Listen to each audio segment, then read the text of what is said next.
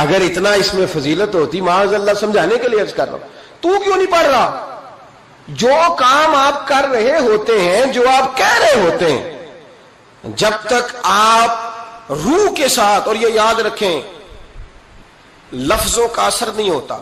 اقبال سے کہا کسی نے کہ یار میں بڑی تقریریں سنتا ہوں، فلانے کی بھی فلانے کی بھی فلانے کی بھی، سمجھ نہیں آتی، تو اقبال کہنے لگے جا کسی درد دل والے کے پاس جا کے بیٹھ، اور اس کے پاس جا کے بیٹھ جو تیرے سامنے لفظوں کا ہیر پھیر نہ کرے بلکہ اپنے اندر کا درد نکال کے تیرے آگے رکھے، جملوں کی کمی بیشی نہ کرے، الفاظ کا اتار چڑھاؤ نہ کرے، نعرے لگانے کے لیے اور نوٹوں کی جو ہے وہ واٹ کے لیے بات نہ کرے، بلکہ وہ ہم تو جائز ناجائز بھی نہیں دیکھتے، چلتا رہتا ہے سارا کچھ ہی، جا۔ اور پھر اقبال نے ایک فقرہ کہا جو بڑا خوبصورت ہے، اقبال کہنے لگے بات جو دل سے نکلتی ہے اثر رکھتی، بات جو دل سے نکلتی ہے اثر، اور اگلا فقرہ اس سے بھی کمال کہا، کہنے لگے پر نہیں طاقت پرواز مگر رکھتی ہے، اس کے پر نہیں ہوتے، وہ اڑتی نہیں، پر کوئی نہیں ہوتے، لیکن اللہ تعالیٰ اسے سارے زمانے میں عام کر دیتا ہے، وہ پرواز کرنے لگ جاتی ہے، پورے زمانے میں وہ ان لوگوں کے خیالات پھیل جاتے ہیں، ان کے نظریات پھیل جاتے ہیں۔ تو یاد رکھیں بچوں کو ہم لیکچر دیتے ہیں 1.5 گھنٹے کا، 2 گھنٹے کا، اس لیکچر کی بچوں کو ضرورت نہیں ہوتی، بچوں کو بات کرنی چاہیے 1-2، اور اس بات میں وزن ہونا چاہیے، اور آپ سب سے پہلے وہ جو آپ کہہ رہے ہو اس کا سب سے پہلے آپ نمونہ ہو، وہ چیز بچہ آپ کے کردار میں، آپ کی طبیعت میں وہ دیکھ چکا ہو۔ قرآن مجید سورہ لقمان کی آیت نمبر 17 ہے، حضرت لقمان اپنے بیٹے کو نصیحت کر رہے ہیں، باپ بیٹے کو نصیحت کر رہا تھا، باپ اپنے بیٹے کو سمجھا رہا تھا، میرے رب کریم کو باپ بیٹے کا سٹائل اتنا پسند آیا کہ اسے قرآن پاک میں بیان فرما دیا۔ کبھی باپ بیٹے کی گفتگو بھی کسی نے نقل کی ہے، باپ بیٹے کی گفتگو بھی کبھی کسی نے کتاب میں نوٹ کی ہے، لیکن مالک کو اتنا پسند آیا یارو، باتیں باپ بیٹے کی تھی، اللہ نے قرآن پاک میں نازل فرما دی۔ یار اتنا خوبصورت تھا باپ بیٹے کا انداز تکلم دیکھیے، باپ بیٹے سے کہتا یا بنیا، اے میرے بیٹے، اے میرے اللہ، اے نہیں کیا او ادھر آئے نا، یا بنیا، اے میرے، دیکھیں لفظوں کا حسن، اے میرے بیٹے، اپنے حق میں قائل نہیں کیا کہ میں بوڑھا ہو گیا ہوں، بڑی محنت کی، اب تو پیسے کمایا کر، مجھے دیا کر، تجھے نہیں پتا ماں باپ کی، ہم سارا دیہڑی یہی ڈیوٹی کرتے ہیں، سارا دن یہی کام ہے کہ میری قدر کر، باقی سب ٹھیک ہے۔ حضرت سیدنا لقمان اپنے بیٹے کو کیا کہتے یا بنیا اقم الصلاۃ، اے میرے بیٹے نماز قائم کر، نماز قائم کر، نماز قائم کر۔ نماز قائم کرنے کا معنی یہ کہ ظاہری آداب کے ساتھ بھی پڑھ، باطنی آداب کے ساتھ بھی پڑھ۔ اور پھر حضرت لقمان بیٹے کو بٹھا کے آگوش محبت میں پیغام دیتے ہیں، کہتے ہیں نماز قائم کر، اور پھر یہ نہیں کہا کہ تو اپنی قبر صحیح کر، تجھے کیا لگے دوست تیرے پڑھتے ہیں کہ نہیں پڑھتے، یہ نہیں فرمایا، فرمایا اقیم الصلاۃ، نماز پڑھ، وامر بالمعروف وانہا عن المنکر، پھر تو لوگوں کو بھلائی کا حکم دے اور برائی سے منع کر۔ یہ باپ اپنے بیٹے کو نصیحت کر رہا ہے، اور پھر پتہ ہے جب کوئی بھلائی کا حکم دے برائی سے منع کرے تو اسے تکلیف بھی آتی ہے، اور اپنے بیٹے کو کہنے لگے وَاصْبِرْ عَلَىٰ مَا أَصَابَكَ، اور اس رستے میں جب تیرے اوپر کوئی مصیبت آئے تو نے صبر بھی کرنا ہے، نیکی کا حکم دینے اور برائی سے منع کرنے کے رستے میں جب کوئی مصیبت آئے تو بیٹے تو نے اس پر۔ اور اب باپ اپنے بیٹے کو نصیحت کرتے ہیں، کہنے لگے بیٹے یہ تو ایسے نہ سمجھا کہ نماز پڑھنا کوئی عام کام ہے، ایسے ہی نہ سمجھنا کہ لوگوں کو بھلائی کا حکم دینا کوئی عام کام ہے، یہ عام کام نہیں، اِنَّ ذَلِكَ مِنْ عَزْمِ الْأُمُورِ، فرمایا یہ بڑے حوصلے والے کام ہے، یہ بڑے حوصلے والے، بڑے ہمت والے کام ہے جو میں تمہیں بتا رہا ہوں۔ باپ اپنے بیٹے کو یہ نصیحت کر رہا ہے۔ ملا جامی نے اس کو لکھا ہے، مولانا عبد الرحمان جامی کہتے ہیں سیدہ فاطمہ الزہرا کے پاس امام حسن اور حسین جب بھی جاتے تھے نا، بی بی صاحبہ یہ آیت پڑھ کے سناتی تھی، یہ آیت بی بی صاحبہ سناتی تھی کہ بیٹے نماز قائم رکھنی ہے، بھلائی کا حکم دینا ہے، برائی سے روکنا ہے، اور اس رستے میں جو مصیبت آئے گی اس پہ، اور ان ذالک من عزم الامور، بیٹے یہ معمولی کام نہیں، یہ بڑے عزم والے کام، یہ بڑے حوصلے والے۔ ماں جب ان لفظوں میں تربیت کرے، ماں جب کہے دیکھا نا میرے بھائی، ماں جب سچ کا درس دیتی ہے تو بچہ سچ ہی بولتا ہے. اور اگر اماں کہے کہ بیٹے میں بات کرنے لگی ہوں تیری دادی کو نہ پتا چلے، یہ پھپھی کے سامنے نہیں کرنی، بلکہ کئی دفعہ اماں کہے ابا آئے نا رات کو تو اس کو نہیں بتانا، اور پھر اماں ٹھیک 15 منٹ کے بعد کہ بیٹا ہمیشہ سچ ہی بولنا، تو سچ بولے گا. کیوں بولے؟ کیونکہ اس لیے کہ اماں نے اسے پہلے بتا دیا ہے کہ سچ یہ بات کرنی نہیں کسی سے، میں کر رہی ہوں پر تو نے کسی سے نہیں کرنی. تو آپ نے 3 لیکچر تو اس کو جھوٹ کے دے دیے. اب اگر آپ اسے کہیں سچ بول تو وہ بولے گا. آپ نے خود کہا کہ بیٹے یہ ٹیلی فون اٹھا، اس بندے کے پیسے دینے، اس فون سن، اس کو کہنا کہ میرے ابا جی فون گھر میں بھول گئے. پھر دروازے پہ دستک ہوئی، آپ اندر بیٹھے تھے، بچے سے کہا کہ جا کے باہر کہہ دو کہ ابا جی گھر میں موجود ہے. پھر آپ نے ٹھیک ہے 1 گھنٹے کے بعد اس کو سچ کا لیکچر دینا شروع کر دیا. بولے گا سچ؟ وہ بھی پھر جائے گا نا جب اپنے دوست کے گھر، تو ٹیلی فون ابا جی کا آئے گا تو دوست کو دے کے کہے گا ابا جی سے کہے کہ وہ ٹیلی فون میرے پاس بھول گیا ہے، کیونکہ یہ آپ نے پٹی پڑھائی ہوئی ہے. یاد رکھیں، گھر کے اندر جب تک آپ کا کردار، آپ کا اخلاص، آپ کا درد، حضرت غوث پاک جیلانی پیر بعد میں بنے، عالم بعد میں، اگرچہ پیدائشی ولی تھے، لیکن غوث اعظم کہتے ہیں میں نے سبق استاد کے پاس بعد میں پڑھا. میں نے حضرت ابو سعید مخزومی کے ہاتھ پر بیعت بعد میں ہوا، خلافت بعد میں ملی، سارا کچھ بعد میں ہوا. پہلے دن جب گھر سے نکلا، ابا جی میرے وصال کر گئے تھے، کہتے ہیں میری ماں نے، سید زادی نے مجھے گود میں لیا اور میرا ماتھا چوم کے کہنے لگی عبد القادر ایک وعدہ میرے ساتھ کر، زندگی میں تیری زبان سے جھوٹ نہیں نکلنا چاہیے، تیری زبان سے جھوٹ ہے. اور غوث پاک فرماتے ہیں جب میری ماں میرے ساتھ یہ بات کر رہی تھی تو میری ماں رو رہی تھی، رو رہی تھی. کبھی رو کے بھی کسی نے نصیحت کی ہے بچوں کو؟ حضرت غوث اعظم رضی اللہ تعالیٰ عنہ فرماتے ہیں مجھ پر میری ماں کی بات طاری ہو گئی، طاری ہو گئی میری ماں کی بات. وہ میری ماں نے آنسوؤں کے اندر لپیٹ کر جو مجھے تحفہ دیا تھا نا سچ کا، وہ میرے ذہن پر، دل پر، روح پر چھا گیا. اور ڈاکو جب لوٹنے آئے تو 100 دینار کپڑوں میں سلا ہوا تھا. وہ کبھی کسی نے ڈاکوؤں کو بھی بتایا کہ پیسے ہیں تو لے لو؟ یہاں تو شریعت بھی بڑی ساری گنجائش دیتی ہے کہ بچاؤ اپنا مال. لیکن غوث اعظم رضی اللہ تعالیٰ عنہ فرماتے ہیں ماں نے مجھے آنسوؤں میں لپیٹ کر دیا تھا، لپیٹ کر کے سچ بولنا ہے. تو مائیں عظیم ہو تو پھر بیٹے بھی عظیم ہی ہوتے ہیں، ماں عظیم ہو تو بیٹا بھی پھر عظیم ہی ہوتا ہے. لپیٹ کر سچ کا تحفہ دیا تھا. تو سیدنا غوث پاک فرماتے ہیں جب انہوں نے آ کے کہا نا کہ تیرے پاس کیا ہے، تو میں نے کہا 100 دینار ہے. اس نے جیبیں بھی کھولی، ہاتھ بھی کھولے، جوتے بھی اتارے، پگڑی بھی کھلوائی، کوئی شے نہ نکلی.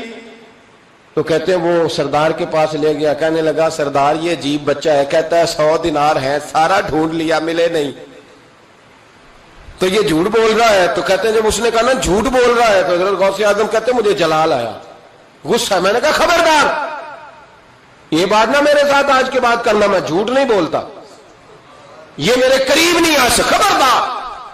یہاں بچوں کو غصہ تب آتا ہے جب مرضی کا برگر نہ ملے.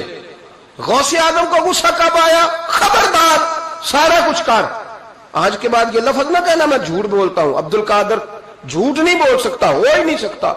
اس نے کہا پھر بتا پیسے کدھر ہیں؟ تو حضرت غوث اعظم نے بٹن کھولے اور الٹ کر کے کرتا کہنے لگے میری ماں نے سیے تھے. 12 سال کے غوث پاک، یہ ایک روایت ہے 14 سال. یہ ہم لوگ اس کو کہانی سمجھتے ہیں، کہانی نہیں بھائی، یہ واقعہ اگر تیرے میرے سامنے ہو تو اللہ کی عزت کی قسم کھاتا ہوں میں اور آپ بھی توبہ کر دیں. کیونکہ وہ واقعہ نہیں ہو رہا تھا، وہ کیفیات تھی، وہ طاری تھا سارا کچھ اس وقت. غوث اعظم رضی اللہ تعالیٰ عنہ کا یہ پیسے 14 سال یا 12 سال عمر مبارک ہے. ڈاکوؤں کا سردار کہتا ہے مجھے 22 سال ڈاکے مارتے ہو گئے تھے، اور 14 سال کا بچہ عشق لگا سی کھیڈا کھیڈ دی. 14 سال کا بچہ غوث اعظم نے پلٹ کے دکھا یہ پیسے. تو وہ ڈاکوؤں کا سردار کہتا ہے کہ پتہ نہیں مجھے کیا ہوا کہ بچے کے جذبات کس طرح کے ہیں، افکار کس طرح کے ہیں، خیالات کس طرح. کہتا کہ کہاں جا رہے ہو؟ کہا میں علم سیکھنے بغداد جا رہا ہوں. تو کہا بیٹا دنیا پیسے چھپاتی ہے، تو نے بتایا کیوں؟ تو حضرت غوث اعظم نے پیسے اتار کے پھینکے، کہنے لگے پیسے تو رکھ، میں اس لیے بتا رہا ہوں کہ ماں سے وعدہ کر کے آیا ہوں کہ سچ بولوں گا. لے پیسے تجھے دے رہا ہوں. ڈاکوؤں کا سردار کہتا ہے بچے کی اتنی عمر نہیں جتنے مجھے پاپ کرتے سال گزر گئے، پر اس بچے کا ماں سے کیا ہوا وعدہ مجھے بدل گیا. میں دوڑ کے پیچھے گیا، میں نے کہا عبد القادر مجھے بھی یار بغداد ہی لے چل. کہا وہاں کیا کرنا ہے؟ کہا جس استاد کے پاس تو آگے بیٹھ کے پڑھے گا میں اس کے پیچھے بیٹھ جایا کروں گا، چلو بڑھاپے میں میں بھی کو رٹا لگا کے قرآن و سنت سیکھ جاؤں گا. تو کہتے ہیں تجھے کیا ہوا؟ کہنے لگے عبد القادر تو ماں سے کیا ہوا وعدہ نہیں توڑتا، میں رب سے کیے ہوئے وعدے توڑ رہا ہوں. توبہ میری. ڈاکوؤں سے کہنے لگے جاؤ کوئی سردار اور بنا لو، مجھے تو ماں بیٹے کا رشتہ جیت گیا ہے. یہ ماں بیٹے کا رشتہ مجھے جیت کے لے گیا، میں جیت گیا ماں بیٹے کے رشتے میں، یہ مجھے فتح کر گئے، تم کوئی اور سردار بنا لو. تو 22-23 ڈاکو تھے، پیچھے آ کے بیٹھ کہنے لگے سردار اگر گناہ اکٹھے کیے ہیں تو نیکیوں میں اکیلا تو نہ چھوڑ. او بھائی ماں بیٹے کا رشتہ اور ماں بیٹے کی تربیت، تو 14 سال کا بچہ توبہ کرا جاتا ہے. پر مصیبت یہ ہے کہ ہم وہ مائیں تیار کرنے میں کامیاب نہیں ہو سکے، لیکن ہم نے سدا ناکام نہیں رہنا. مائیں تیار کرنی ہے. مائیں تیار یہ والا مطالبہ نا بیوی سے کرتے ہیں کہ میری بیوی فٹافٹ صحیح ہو جائے، بیٹی سے کریں یہ مطالبہ، بہن پر کریں یہ محنت. یہ والی میرے حضرت خنسا رضی اللہ تعالی عنہا، جناب خنسا حضور کی ایک صحابیہ ہیں، انہوں نے بعد میں کلمہ پڑھا. دور جاہلیت میں ان کا ایک بھائی قتل ہو گیا تھا. انہوں نے اپنے بھائی کے جانے پر، قتل ہونے پر ایک مرثیہ کہا تھا.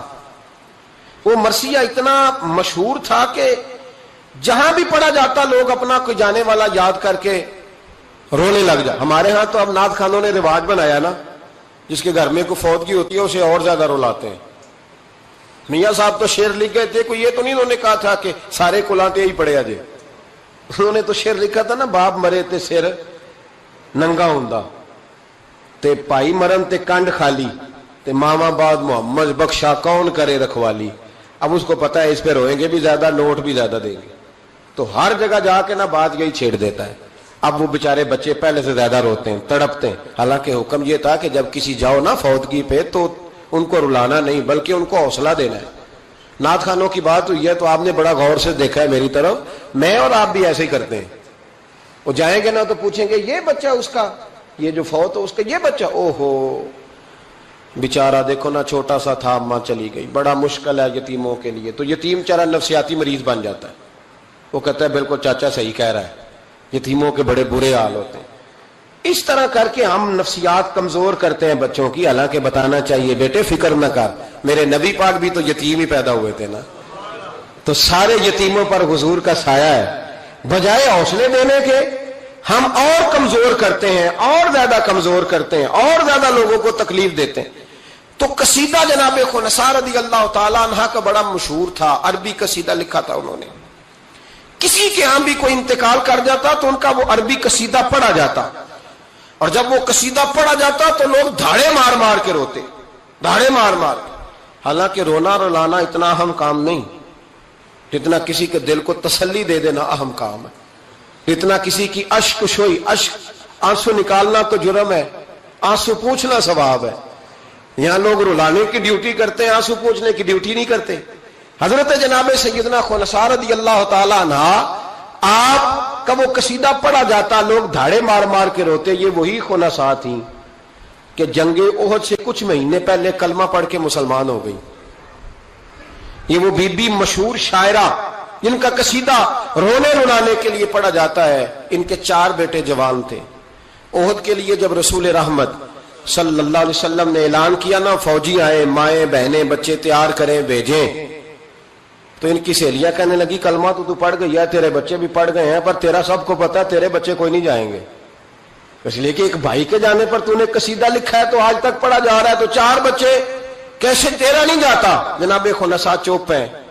جب جنگ احد کے لیے سپاہی اور مجاہد نکلنے لگے تو 4 بیٹے لے کے چوک میں آ گئی.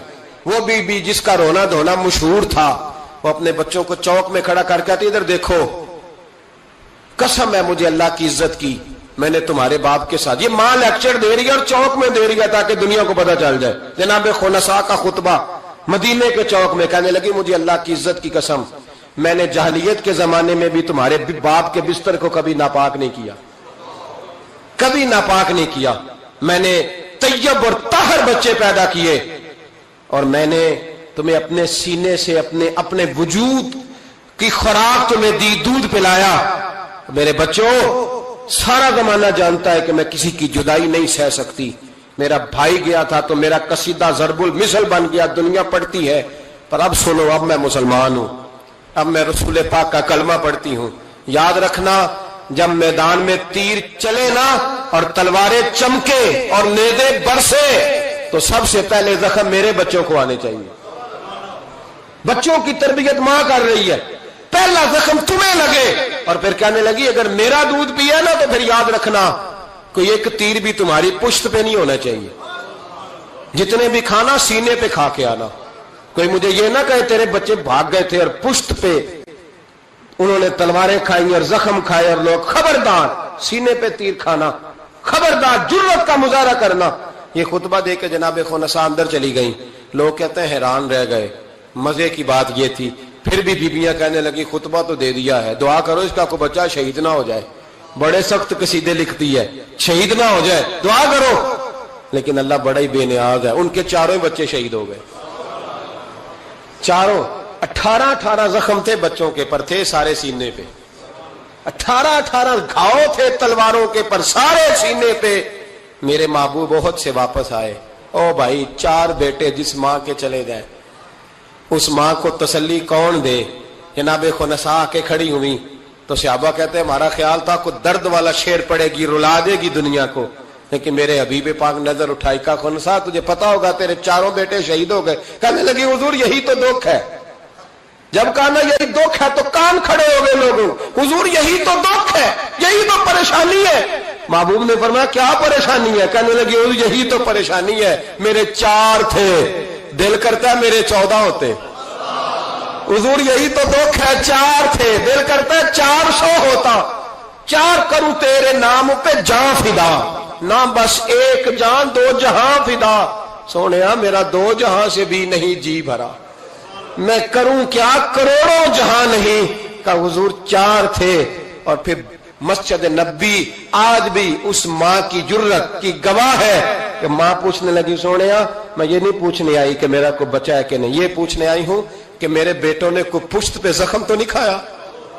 حضور کوئی پشت پہ زخم تو نہیں کھایا میرے بچوں نے؟ کوئی پشت پہ زخم؟ تو رسول پاک نے فرمایا خنساء تیری جرت کو اللہ قبول فرمائے، تیرے بچوں نے جتنے بھی زخم کھائے ہیں سینوں پہ کھائے۔ میں نے کہا مائیں عظیم ہوں تو بچے بھی عظیم ہوتے ہیں، اور اگر ماں کسی کے سائے کا اندھیرا دیکھ کے ڈر جائے تو بچوں میں جرت کیسے آئے گی؟ بچے کربلا کے میدان میں کیسے جائیں گے؟ بچے کس طرح میدانوں میں کئی دفعہ کہہ چکا ہوں، لیکن پھر آج میرا دل کرتا ہے پھر بات کروں۔ حضرت عبداللہ بن زبیر، حضرت ابو بکر صدیق کے نواسے ہیں، نبی پاک صلی اللہ علیہ وسلم کی پھپھی کے پوتے جناب زبیر بن عوام، اشرم بشرہ صحابی، ان کے بیٹے حضرت اسماء جناب صدیق اکبر کی بڑی بیٹی کے بیٹے جناب عبداللہ بن زبیر، امام حسین کے بعد نکل آئے میدان میں نکلے جناب عبداللہ بن زبیر۔ حجاج بن یوسف مقابلے میں بھیجا گیا، اللہ کی قدرت کے اگرچہ پہلے جب لڑائیاں ہوئی تو یہ کامیاب ہوئے، ہر میدان میں بڑے بہادر تھے، مکے اور مدینے کے لوگوں نے ان کے ہاتھ پر بیعت بھی کر لی، انہیں خلیفہ بھی مان لیا، لیکن حجاج بن یوسف جب آیا تو وہ تگڑی فوج لے کے آیا، کچھ ان کے ساتھی شہید ہو گئے، کچھ پسپا ہو گئے۔ حضرت اسماء اس وقت 100 سال کی بوڑھی تھی، 100 سال کی ماں، ہاتھ کامتے ہیں، راشا ہے، آنکھوں سے نظر آنا بند ہو گیا۔ جناب عبداللہ بن زبیر ماں کے پاس دوڑے آئے، کہا ماں میں اکیلا میدان میں رہ گیا ہوں، چند ساتھی ہیں، زیادہ دیر لڑ نہیں سکتے، تیرے بڑھاپے کی بڑی فکر ہے، اماں تو کیسے میرا صدمہ برداشت کرے گی؟ ماں مجھے بتا جہاد میں رہوں یا تیری خدمت کے لیے آ جاؤں؟ تو ماں کہنے لگی عبداللہ تو میری فکر نہ کر، پہلے یہ بتا تو حق پہ ہے کہ نہیں؟ ماں کا جملہ کہتے رانائی اور ولولہ اور جہاد کا جذبہ لکھا، پہلے بتا سچا ہے کہ جھوٹا؟ جناب عبداللہ بن زبیر کہنے لگے ماں مجھے مصطفیٰ کریم کی نبوت کی قسم، اللہ کی عزت کی قسم بالکل سچا ہوں۔ تو کہا بیٹے پھر میدان میں رہنا، چھوڑ کے نہ آنا، کوئی مجھے تانا نہ دے کہ میں بزدل کی ماں ہوں، دیکھ مجھے تانے سے بچانا، کوئی یہ نہ کہ بزدل کی ماں، میدان میں رہنا، میدان میں۔ تو حضرت عبداللہ بن زبیر کہنے لگے اماں یہ بڑا ظالم آدمی ہے جو میرے مقابلے میں آیا ہے، سنا ہے قتل کرنے کے بعد ناک کاٹ ڈالتا ہے، آنکھیں نکال ڈالتا ہے، وجود کی بوٹیاں کر دیتا ہے۔ 100 سال کی ماں، 100 سال کی اماں لاٹھی کا سہارا لے کے کھڑی ہوگی اور زمین پہ لاٹھی مار کے کہنے لگی عبداللہ چل میدان میں۔ بیٹے بکرے کو صرف ذبح ہوتے وقت تکلیف ہوتی ہے، کھال اترتے وقت تکلیف نہیں ہوتی، پھر اس کی بوٹیاں کی جائیں تو اسے تکلیف۔ چل بیٹا میدان میں رہنا اور دیکھنا میں تجھے سلوٹ کروں گی۔ حضرت عبداللہ بن زبیر میدان میں گئے، شہید کیے گئے۔ مکہ المکرمہ کے چوک میں جنت المعلا جہاں آج قبرستان ہے اس کے چوک میں آپ کی لاش کو لٹکایا گیا۔ میں پہلے بھی بات کر چکا ہوں، آج عنوان آ گیا تو اشارہ کرنا ہے۔ ایک دن حضرت اسماء گزری، 14 دن ہو گئے لٹکے ہوئے، تو ایک شخص ان کے کان میں کہنے لگا اماں ابھی تک تیرا بچہ لٹکا ہے، حجاج نے دفن نہیں ہونے دیا۔ تو جناب اسماء نے پیچھے آواز دی اور اس زور سے بول کے کہنے لگی لٹکا رہنے دو، یہ بچپن سے ہی گھوڑ سواری کا بڑا شوقین ہے، بچپن سے ہی گھوڑوں پہ رہتا تھا۔ شاہ سوار گھوڑوں پہ رہتے ہیں، شاہ سوار زمین پہ نہیں ہوتے، گھوڑوں پہ ہوتے۔ لٹکا بچپن سے ہی بڑا گھوڑ سوار تھا، بڑا شوقین تھا، کوئی حرج نہیں۔ 14 دن لٹکے رہے لیکن لاش سے بدبو نہیں آئی، دور دور تک خوشبوئیں پھیلی ہوئی تھی۔ لوگوں نے کہا اسماء تیرے بیٹے کے وجود سے خوشبو بڑی آتی ہے۔ کہنے لگے جب پیدا ہوا تھا نا پہلے دن اس کے نانا ابو بکر صدیق اٹھا کے مصطفیٰ کی بارگاہ میں لے گئے تھے، نبی پاک نے کھجور چبا کے گٹی دی تھی میرے بیٹے کو۔ کہنے لگی اس کے وجود سے بدبو آ سکتی ہے جس کو پہلی خوراک محمد عربی کا لعاب دہن دیا گیا ہو، اس کے وجود سے بدبو ہے، لعاب دہن شامل ہے، اس کی تو نسلوں سے بھی خوشبو آتی رہے گی۔ تو مائیں جب عظیم ہوتی تھی تو بیٹے بھی۔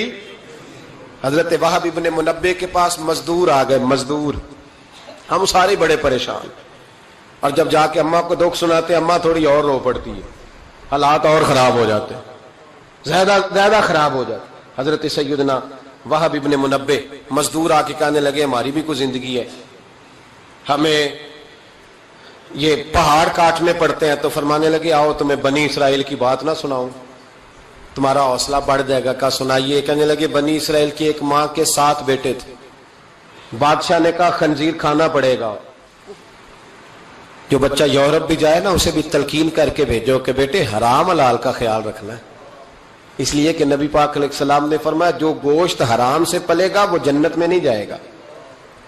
تو کسی کا دل کرتا ہے اس کا بیٹا جہنم میں جائے؟ کہا خنزیر کھانا ہے، خنزیر۔ یہاں لوگ مسئلہ پوچھتے ہیں فون کر کے کہ صاحب مجبوری ہے، اب ہم نے یہاں یورپ میں آ کے سٹور بنایا تو شراب تو رکھنی پڑے گی، تو میں کہتا ہوں واپس آ جاؤ اچار سے روٹی کھانا، شراب بیچنے کی مجبوری میں بھی اجازت نہیں، مجبوری میں بھی شراب کا دھندا کرنے کی اجازت، آ جاؤ اچار ڈال لو۔ میری اماں تو کہا کرتی تھی کہ گرمیوں میں اچار ڈال لو اور بڑولے میں گندم ڈال لو، پھر خیر صلی اللہ سارے سال کی، تو آؤ اچار ڈالو گندم ڈالو گزارا صحیح ہوگا، کوئی حرج نہیں۔ لیکن شراب بیچنے کی مجبوری میں بھی اجازت، بول کے بتائیں، بول کے گواہی دے، شراب بیچنے کی مجبوری میں بھی اجازت ہے؟ بالکل اجازت نہیں، قطعاً اجازت نہیں۔ تو وہب ابن منبع کہنے لگے کہ ماں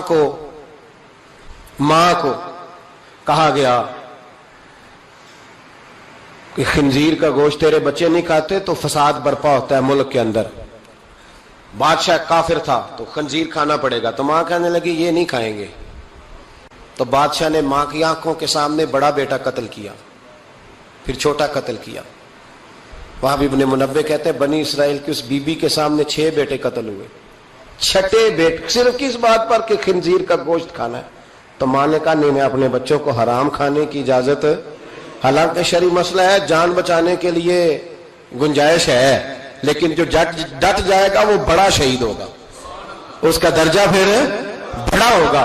7ویں بیٹے کی باری آئی تو ماں کی آنکھوں میں آنسو ٹپکے، 6 بیٹے قتل ہوئے تو اماں روئی بھی نہیں۔ وہاں ابن منبع کہتے بادشاہ کہنے لگا کہ اب نرم ہو گئی ہے، 6 بیٹے اکٹھے قتل ہو گئے، کہنے لگا اس کو سائڈ پہ جا کے سمجھا لے، ہے بھی چھوٹا، اگر یہ کھا لے گا گوشت خنزیر کا معاذ اللہ تو میں چھوڑ دوں گا، کم از کم تیرے بڑھاپے کا ایک سہارا تو رہ جائے گا۔ تو اماں بیٹے کو کونے میں لے گئی، جا کہنے لگی بیٹا ماں ہوں نا، ایک آنسو نکل آیا، کیا کروں، مجبور ہوں، لیکن یاد رکھنا اگر میرا دودھ پیا تو میں نے تمہیں حلال کا دودھ پلایا ہے، حرام کا لقمہ نہیں جانا چاہیے. ماں مسکراتی ہوئی بچے کو لے کے آئی تو بادشاہ کہنے لگا سمجھا دیا. کہنے لگی سمجھا دیا, وہی کرے گا جو میں نے کہہ دیا ہے, وہی کرے گا جو میں نے. تو بادشاہ نے گوشت رکھا خنزیر کا لا کے سامنے, تو بچے نے اٹھا کے گوشت بادشاہ کے منہ پہ پٹکا اور پٹک کے کہنے لگا ہمیں کمزور سمجھتا ہے, جو خدا کی توحید والے ہو وہ کمزور نہیں پڑا کرتے. کہا یہ سمجھایا تھا. کہا نہیں, سمجھایا تو ذرا زیادہ تھا پر اس کے ہاتھ ہی صرف پلیٹ آئی ہے. سمجھایا تو ذرا زیادہ تھا پر صرف جو چیز ہتھے آنی تھی وہی مارنی تھی نا, تلوار اس کے قبضے میں تھی نہیں ورنہ تیری گردن اتار دیتا. تو حضرت وہب ابن منبہ فرمانے لگے ماں بھی شہید ہو گئی اور 7واں بیٹا بھی شہید ہو گیا, لیکن کہتے ہیں وہ 7 نے جب جان دی تو پھر فوجیں آئیں, پھر انقلاب آیا, پھر وہ جو بادشاہ لوگوں کو خنزیر کھلایا کرتا تھا وہ قتل ہوا, پھر بنی اسرائیل میں انقلاب آیا. او بھائی, اگر امام علی مقام رضی اللہ تعالیٰ عنہ کی اماں انہیں تیار نہ کرتی. یہ دیکھیں نا, میں اپنی بات نہیں کرتا, علامہ اقبال کہتے ہیں لوگ, اقبال کہتے ہیں فارسی کلام اقبال کا اسرار بے خودی, اقبال کہنے لگے میرے پاس لوگ آ کے کہتے ہیں حسین کے خون میں بڑا کمال ہے, تو میں کہتا ہوں نہیں, فاطمہ کے دودھ میں بڑی تاثیر ہے. کہتے ہیں لوگ مجھ سے آ کے کہنے لگے کہ حسین کا حوصلہ بڑا ہے, تو میں نے کہا نہیں, فاطمہ رضی اللہ تعالیٰ عنہ کی تربیت ہی بڑی شاندار ہے, بڑی شاندار تربیت ہے. ماں فاطمہ ہو اور بیٹے حسن اور حسین نہ ہو تو یہ کیسے ہو سکتا ہے؟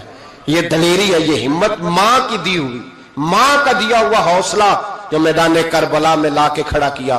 ایک بزرگ گزرے سفیان بن عینیہ, ان کی اماں نے نا اپنے بچے کو کہا جا دین سیکھ, بہت بڑے محدث ہیں. کہتے میں غریب تھا, میری ماں نے جب استاد کے پاس بھیجا تو کہنے لگے بیٹے اپنے استاد سے نا سبق بعد میں پڑھنا, استاد کی نوکری پہلے کرنا اور دیکھنا خدمت کرنا. ہمارے استاد تھے, بزرگ تھے, سید مراتب علی شاہ صاحب, حضرت محدث اعظم پاکستان مولانا سردار احمد صاحب رحمۃ اللہ علیہ کے وہ شاگرد تھے. اب تو ہر بچے کو شکایت ہے نا استاد کام بڑا کراتے ہیں. جی مجھے کل بھی انہوں نے بھیجا تھا, 2 فوٹو کاپیاں کرا کے لے آؤں, اسکول سے گیا تھا میں, موٹر سائیکل پہ گیا, 2 فوٹو کاپیاں پوری کرائی ہیں مجھ سے, حالانکہ پیسے بھی انہوں نے دیے تھے, پھر بھی بڑا کام کراتے ہیں, استاد کے پاس نہیں پڑھنا. سید مراتب شاہ صاحب فرماتے ہیں کہ میں چھٹی آیا, چھٹیاں ہوتی تھی شعبان میں, تو میرے والد سید غلام حسین شاہ صاحب رحمۃ اللہ تعالیٰ علیہ کہنے لگے مراتب علی آ گئے ہو؟ میں نے کہا حضور مدرسے میں چھٹیاں ہو گئی. تو کہنے لگے تیرے استاد کو بھی چھٹیاں ہو گئی ہیں؟ کہا نہیں حضور وہ تو گھر ہی ہیں. تو کہنے لگے سارے شاگرد آ گئے؟ کہا ہاں. کہنے لگے بیٹے تو واپس جا کے ان کی خدمت کر, ان کی ڈیوٹی کر, اس لیے کہ تو ان کی ڈیوٹی کرے گا نا تو جو دعا تجھے وہ ملے گی نا, وہ دعا تیرے علم کو تیرے حق میں نفع بخش کر دے گی. حضرت سفیان بن عینیہ والدہ کہنے لگی بیٹا دین پڑھنا؟ کہا ہاں. تو کہتے ہیں اماں نے خود پگڑی باندھی میرے سر پہ, علماء والا لباس پہنایا. کہنے لگے پہلے استاد سے اخلاق آداب سیکھنا, پھر علم سیکھنا. اور میری ماں کہنے لگی بیٹا ایک لفظ بیچ کر بھی دین کا دنیا نہ کمانا. تو میں نے کہا اماں میں کھاؤں گا کیسے؟ تو کہتے ہیں میری اماں نے نا چرخے کے اوپر چادر دی ہوئی تھی, وہ چادر اتار دی. کہنے لگی بیٹا جب تک میری ہمت ہے میں چرخہ چلاتی رہوں گی, تیرے خرچے پورے ہوتے رہیں گے. تو کہتے ہیں ساری زندگی حضرت سفیان بن عینیہ کہتے ہیں ماں نے چرخہ کاتا اور میں نے رسول اللہ کا دین پڑھا اور دین پڑھایا. کچھ چیزیں ایسی ہوتی ہیں جو کہتی ہیں کہ آج چھٹی نہیں کرنی, آج دور تک چلنا ہے. کچھ مضمون بھی جمعے کے ایسے ہوتے ہیں جو کہتے ہیں مجھے ختم نہیں کرنا, باتیں ذرا لمبی چلنی چاہیے. میں آپ کا لحاظ کرتا ہوں, میرے سجن بڑے سیانے, میرے سامنے گھڑی لگائی ہے انہوں نے, سمجھدار لوگ اس طرح کے کام کرتے ہیں نا جی. ایک دن میں نے یہ بھی دیکھا کہ اس گھڑی میں اور اس گھڑی میں تھوڑا فرق ہے, وہ 2-3 منٹ آگے ہے. کبھی کبھی یہ پیار کے ساتھ نا معاملات ہوتے رہتے ہیں, لیکن الحمدللہ یہ واحد مسجد ہے جس میں کوئی بندہ گھڑی نہیں دکھاتا. میرے خیال میں شاید یہ اور بھی ہوں گی, کوئی بندہ یہاں گھڑی نہیں دکھاتا الحمدللہ. بلکہ مجھ سے شکوہ ہی ہوتا ہے لوگوں کا کہ آپ جلدی چھٹی کر دیتے ہیں, تھوڑا زیادہ چلنا چاہیے. لیکن کچھ مضمون ایسے ہوتے ہیں میرا دل کرتا ہے لمبے چلیں, آپ یقین کریں میرا دل کرتا ہے. ایسے لگ رہا ہوتا ہے جیسے میں اپنی بات کر رہا ہوں, ایسے لگ رہا ہوتا ہے جیسے یہ ایک ایسی کہانی ہے جو دل کرتا ہے دور تک چلے, لیکن میں نہیں لمبا لے کے جاؤں گا. میں چیزوں کو سمجھتا ہوں, وقت میں رہوں گا. چھلک چھلک کے میرے سامنے روایتیں آ رہی ہیں, واقعات آ رہے ہیں, چیزیں آ رہی ہیں. ایک درویش کی بات کر کے سمیٹنے کی طرف حضرت ابراہیم بن یزید نخعی رحمت اللہ تعالی علیہ, حجاج بن یوسف نے جب بڑے ظلم کیے نا تو ایک شخص اٹھا، حضرت ابراہیم بن یزید نخعی رحمت اللہ، جنہوں نے حجاج کے خلاف فتویٰ دیا کہ ظالم ہے، اور پھر تقریریں کی کہ ظالم ہے۔ لوگ سمجھتے ہیں کہ علماء کی تقریروں سے کیا ہوتا ہے، علماء کی تقریروں سے انقلاب آ جاتا ہے۔ آپ یقین کریں، علماء کا قلم تلوار سے زیادہ کام کر دکھاتا ہے۔ فتویٰ بھی دیا، تقریریں بھی کی، اس قدر زیادہ ان کے فتوے کی نقلیں تیار کر کے بانٹی گئی کہ حجاج پریشان ہو گیا۔ سپاہیوں کہنے لگا گرفتار کر کے لاؤ ابراہیم بن یزید نخعی، جہاں ملے گرفتار کرو۔ سپاہی گرفتار کرنے گئے۔ علماء اور مشائخ سے جو لوگ پیار کرتے ہیں نا، وہ روح کی گہرائیوں سے پیار کرتے ہیں، جانے دیتے ہیں اپنے بزرگوں کے ناموں پر۔ لوگ ان کو اٹھا کے لے گئے، کہا بابا جی ہم حفاظت کریں گے، دور ان کو کہیں چھپا دیا۔ فتویٰ ان کا دھڑا دھڑ چل رہا ہے، اور بھی کوئی بات وہ کرتا تو آپ فتویٰ دیتے، وہ چھپ جاتا، وہ چھپ کے اپنی ڈیوٹی کر رہے ہیں، اور ایک کونے میں بیٹھے ہیں مورچے میں، پھر بھی ان کا جو نظام ہے وہ پورا عروج پہ ہے، حجاج کی کرسی کانپ رہی ہے۔ حجاج نے ایک دن بلایا، کہنے لگا جو سپاہی ان کو گرفتار کرے گا نا، ایک سپاہی کو 1,500 دینار دوں گا، اس کو مکان دوں گا، جائیدادیں دوں گا، 1,500 ماہانہ اس کو تنخواہ ملے گی ساری زندگی۔ گرفتار کرو۔ اب وہ سپاہی گلیوں میں گھومنے لگے، کسی طریقے بابا پکڑا جائے، لیکن نہ پکڑے گئے۔ ایک دن ایک بزرگ تھے، ان کا نام بھی ابراہیم بن یزید تھا، لیکن وہ ابراہیم بن یزید نخعی تھے، یہ ابراہیم بن یزید تیمی تھے، یہ علاقہ تیم کے رہنے والے، عمر بھی تقریباً ایک جیسی تھی، محلہ بھی ایک تھا۔ تو وہ دروازے پہ نماز پڑھ کے باہر نکلے تو انہیں پتا ہے کہ لوگ ابراہیم بن یزید، پتا ہے انہیں۔ کہا تمہارا نام کیا ہے؟ کہنے لگے ابراہیم۔ والد کا نام کا یزید۔ ابراہیم بن یزید کہا اٹھاؤ بھائی، خوشی کی انتہا نہ رہی، پکڑا لے گئے، رستے میں بھی مارا، تھانے لے جا کے، جیل لے جا کے بھی مارا، اتنا مارا کہ بزرگوں کا رنگ بدل گیا، منہ اور ناک سے خون آنے لگا۔ جا کے حجاج کو کہا تیرا مجرم ابراہیم بن یزید پکڑا گیا۔ حجاج نے بڑے انعامات دیے، تنخواہیں ہمیشہ کے لیے لگ گئیں، پلاٹ نام ہو گئے۔ انہوں نے بتایا نہیں کہ میں تیمی ہوں، نخعی نہیں۔ مار کھاتے رہے، جیل میں رہے۔ اب فوجیں چپ کر کے بیٹھ گئیں، ان کا جو فتویٰ تھا وہ زیادہ پھیلنے لگ گیا، کیونکہ اب ان کی تلاش ختم ہو گئی، خطرہ ختم ہو گیا، کام وہ زیادہ کرنے لگ گئے۔ یہاں یہ گرفتار ہو گئے، حالات بڑے کٹھن ہوئے۔ کچھ علاقوں میں کچھ جیلیں سخت ہوتی ہیں۔ حجاج بن یوسف نے دماس نام کی جیل بنائی ہوئی، اس جیل میں جناب ابراہیم بن یزید تیمی کو ڈال دیا۔ آپ کی عمر 60 سال تھی، ماں کی عمر 90 سال تھی۔ ماں بیٹا ڈھونڈنے لگی، ڈھونڈتے ڈھونڈتے ڈھونڈتے ڈھونڈتے کسی نے بتایا کہ وہ ابراہیم نخعی کے دھوکے میں تیرے بیٹے کو لے گئے۔ ماں جیل پہنچی، بیٹا ماں سے جب ملا تو بیٹا قدموں میں گرا، چہرہ دیکھ کے ماں کا کلیجہ پھٹ آیا، اتنے زخم میرے بیٹے کے وجود پر۔ کہا بیٹا، انہیں بتایا کیوں نہیں کہ تو تیمی ہے، نخعی نہیں، بتایا کیوں نہیں؟ تو جناب ابراہیم تیمی نے ماں کے منہ پہ ہاتھ رکھا، اماں چپ کر جا، میں ایک جاہل آدمی ہوں، میرے وجود سے امت کا فائدہ کوئی نہیں، وہ رسول اللہ کے دین کا چمکتا ہوا چراغ ہے۔ اماں ان کی وجہ سے کتنے سینے روشن ہیں، کتنے دلوں میں ایمان کی تازگی ہے، کتنی آنکھوں میں رسول اللہ کی محبت کا نور ہے۔ اماں ابراہیم بن یزید نخعی کی وجہ سے ظالم کانپ رہے ہیں، ڈر رہے ہیں، اور مظلوم اٹھتے ہیں کہ ہمارا بھی کوئی ہے نام لینے والا۔ اماں نہ، میری وجہ سے اگر وہ بچ سکتے ہیں تو میں کئی جانے دینے کو تیار ہوں، مہربانی کر اماں، تو نے نہیں کہنا، تو نے کسی کو بتانا نہیں۔ ماں کہنے لگی بیٹا تو نبی پاک کے دین کے غلام پر جان دینے لگا؟ کہا ہاں۔ اماں کہنے لگی پھر میں کسی کو بتاؤں گی نہیں، بلکہ میں تیرے حوصلے کی دعا مانگوں گی۔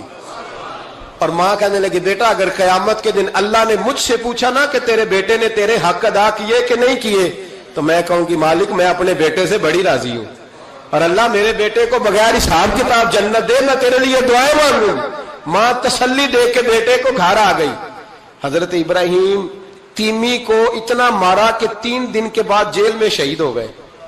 جب وہ شہید ہوئے، حجاج بن یوسف رات کو خواب دیکھتا ہے کہ آج تیری سلطنت میں کوئی جنتی فوت ہو گیا، جنتی فوت ہو گیا، جنتی حجاج نے پورے ملک میں پتہ کرایا تو کہا ایک ہی بندہ فوت ہوا ہے جو جیل میں تھا۔ تو حجاج آئے وہاں، جس وقت حجاج وہاں پہنچا نا، سرانے آ کے میت کے کھڑا ہوا، اسی وقت ایک تازہ فتویٰ آیا، کیونکہ حضرت ابراہیم نخعی کو نہیں خبر تھی کہ میری جگہ پہ وہ بندہ شہید ہو. تازہ فتویٰ آیا کہ سنا ہے آج صبح ایک اور بندہ اس کے تشدد سے قتل ہو گیا, مسلمانوں پہ ضروری ہے اس ظالم کے خلاف اٹھیں. جب فتویٰ پڑھا تو نیچے دستخط تھے.